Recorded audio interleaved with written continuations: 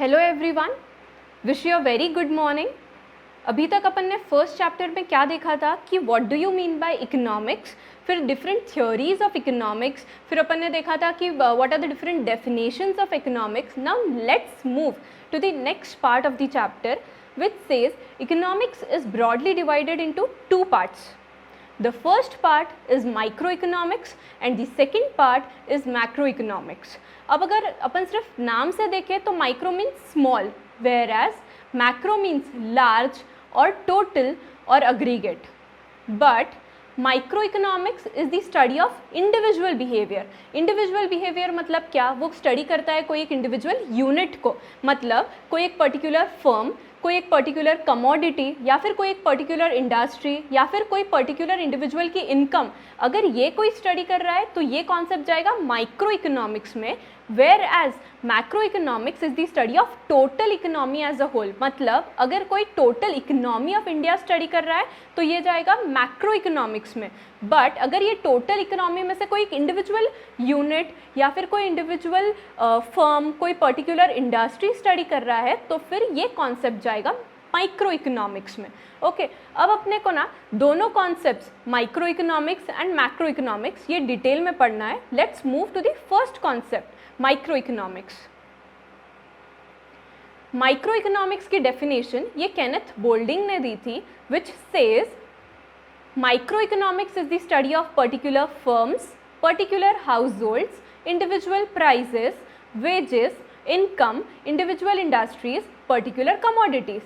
तो अपन ने जैसे अभी डिस्कस किया, माइक्रो इकोनॉमिक्स मतलब क्या? कोई एक पर्टिकुलर इंडस्ट्री, कोई एक पर्टिकुलर फर्म, कोई एक पर्टिकुलर इंडिविजुअल की इनकम, अगर ये सब चीज़ें कोई स्टडी कर रहा है तो ये जाएगा माइक्रो इकोनॉमिक्स में. ठीक है, तो particular firm, particular household और पर्टिकुलर इंडस्ट्री, ये सब चीज़ें अपन कवर होती है माइक्रो इकोनॉमिक्स में. Now let's move to the next part. मैं आपको सिर्फ एक ओवरव्यू बताती हूँ कि अपने को कौन से बेसिक कॉन्सेप्ट्स पढ़ने हैं माइक्रो इकोनॉमिक्स में, और फिर हर कॉन्सेप्ट अपन डिटेल में बाद में पढ़ेंगे. So the first concept is economic activity, then personal income, personal disposable income, wants, wealth, goods and services, utility and value. तो अपने को ये 8 कॉन्सेप्ट्स माइक्रो इकोनॉमिक्स में पढ़ने हैं.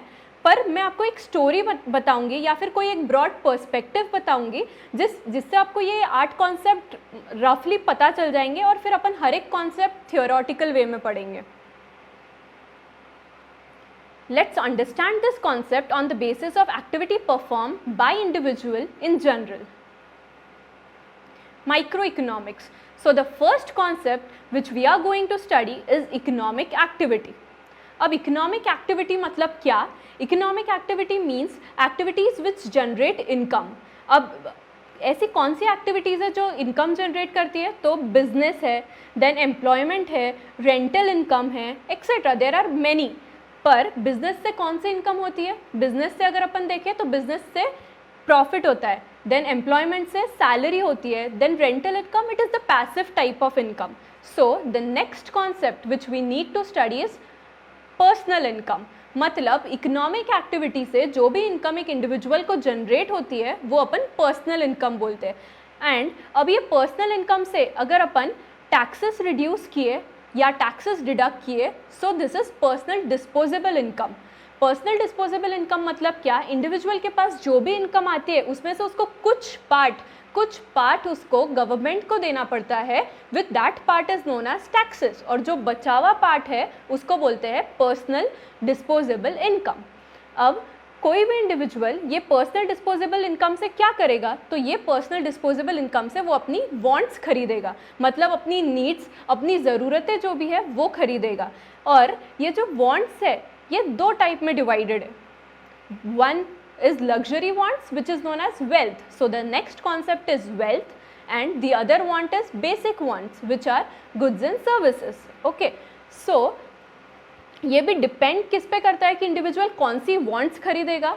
ये डिपेंड करता है यूटिलिटी वैल्यू पे. मतलब जो भी वॉन्ट्स या जो भी ज़रूरत है कि उसके लिए वैल्यू ज़्यादा रहेगी वो पहले खरीदेगा, और जो भी इसकी वैल्यू कम रहेगी वो उसको बाद में खरीदेगा. मतलब more the utility value, higher will be the priority, and less the utility value, less will be the priority.